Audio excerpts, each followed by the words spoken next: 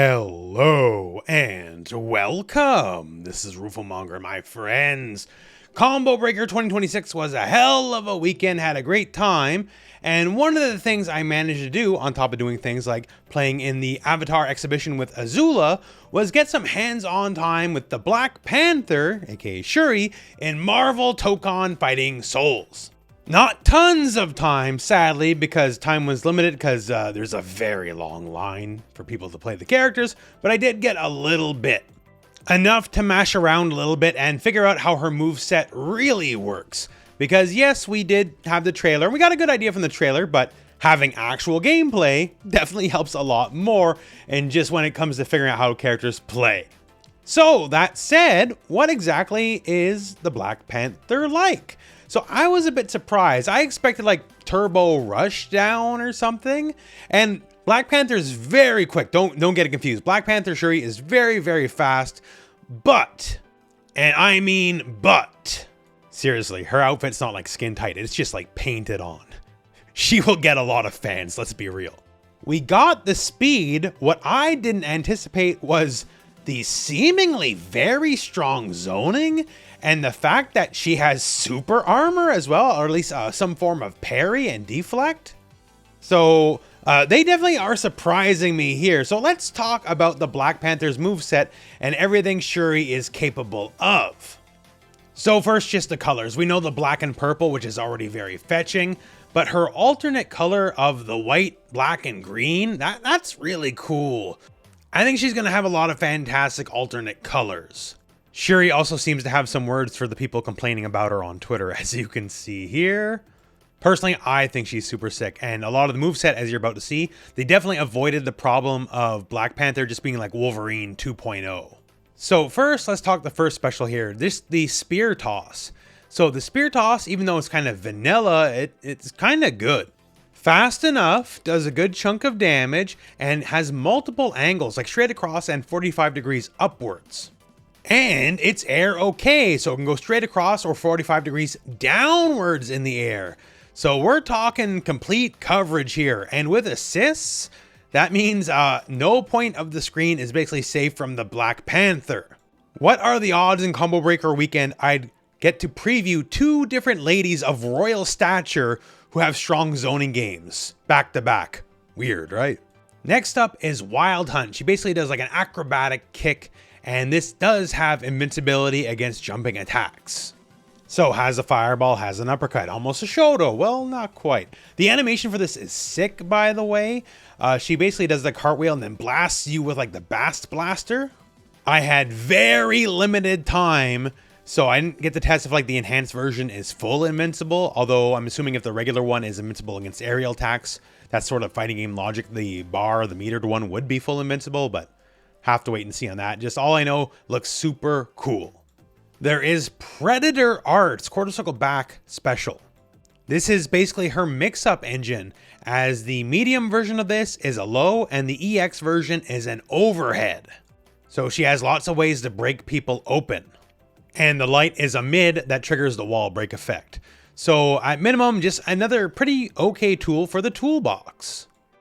The move is also air okay, so basically just a combo extender, if you will. Now a really cool strong one is the Vibranium Daggers. So she'll jump up at a very aggressive angle and toss big old fans and knives. So the heavier version will toss multiple sets, but the lighter version will be one set but closer to the ground. So it makes me wonder if the light version is more for like poking and the heavy version is more for like direct hit confirms, depending on your resources, like the dash, which we'll talk about in a little bit. Because her unique dash, she can get off basically everything, is very silly. So for some command normals, her stand heavy, the spear, it's got some good range, but you can also hold it and the range becomes like unreal when you hold it. Like I'm talking like half screen just about, and it knocks down as well. After the event, I was talking to one of the Arc System Works employees, and they were surprised like how crazy it is. So like, yes, fast rushdown with the dash stuff and all that kind of stuff, but like the zoning, the range on the normals, Shuri's a threat at basically like every point of the screen. You gotta really pay her some respect. You know, that's the royal spear. And then we got back heavy. So back heavy is super armor and also has a hitbox as well. And is also a parry and also builds into your unique resource. So basically using the Black Panther's like kinetic absorbing properties of the suit, she can just absorb everything and build her resources up. And you also can just hold the button and she'll just kind of go like, rah, and just gain a bar of her Bast dash cancel by itself. So either you can use it as a parry, you can use it defensively, you can use it maybe a little bit as a get off me because it does have a hitbox. But basically, here's a defensive property move, super armor, that also directly feeds into her unique mechanics. So the more you parry with it, the more you defend with it, the crazier you get to go later in the match. And so now speaking about the dash resource. So the dash resource is like basically dash anywhere, anytime you want, what off, anything. And every one of her specials is dash cancelable. Every dash takes 1 bar of the Bast bar. Is that what we're going to call it? The Bast bar. So you build it up slowly over the course of the match. And doing stuff like the armor builds it up a lot faster. And again, unfortunately, I had very limited time to just test things because there's a long lineup. Like I had to do my thing and get out of there, right? But I gotta assume since you can cancel just about every special into the dash, that's why it's limited to the meter. It can do things like extend combos, make unsafe moves safe on block, and just a lot of things. Since she can also cancel it off the spear toss, I'm also going to assume that if you land a spear toss, you'll be able to get a combo off a spear.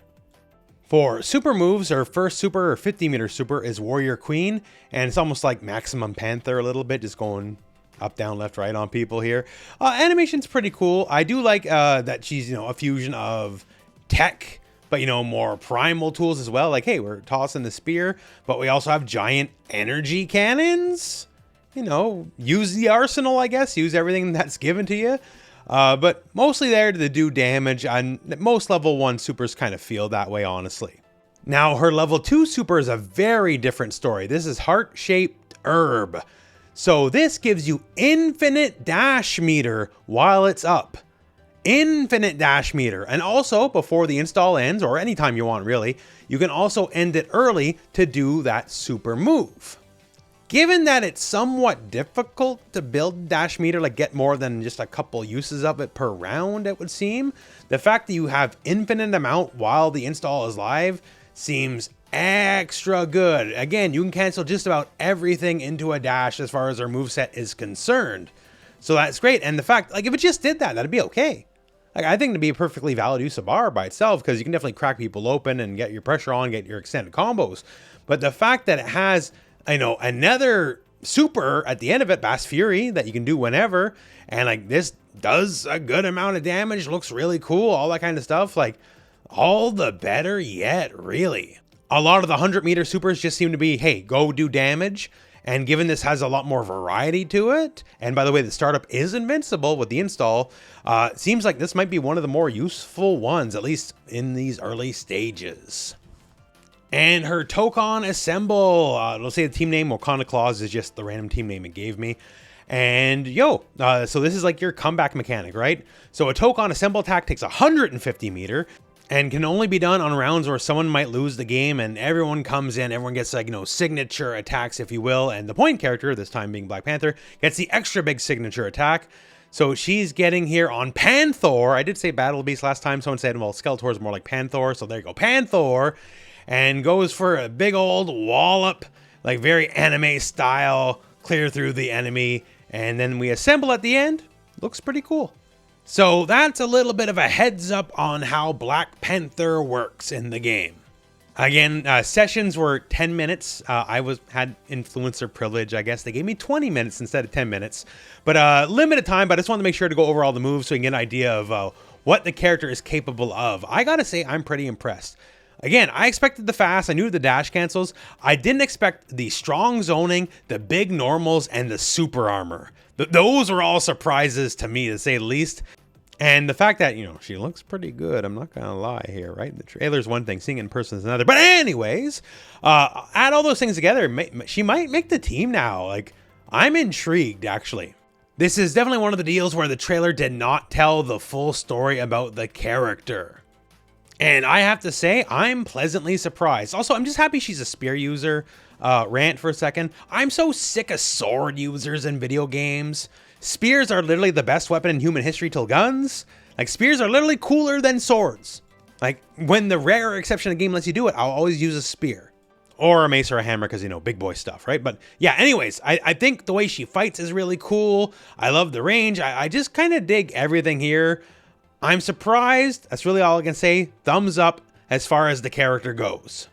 We're getting sort of closer to the Marvel Tokon release date now, you know?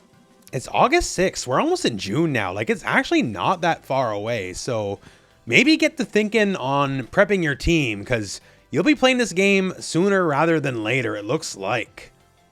But my friends, that's the info for now. And of course, there'll be plenty more Marvel Tokon footage to cover on the channel in the future. That's it for me and that's it for the video. So thank you very much for watching. Hope this video has found you well and go out and play some Marvel Tokon.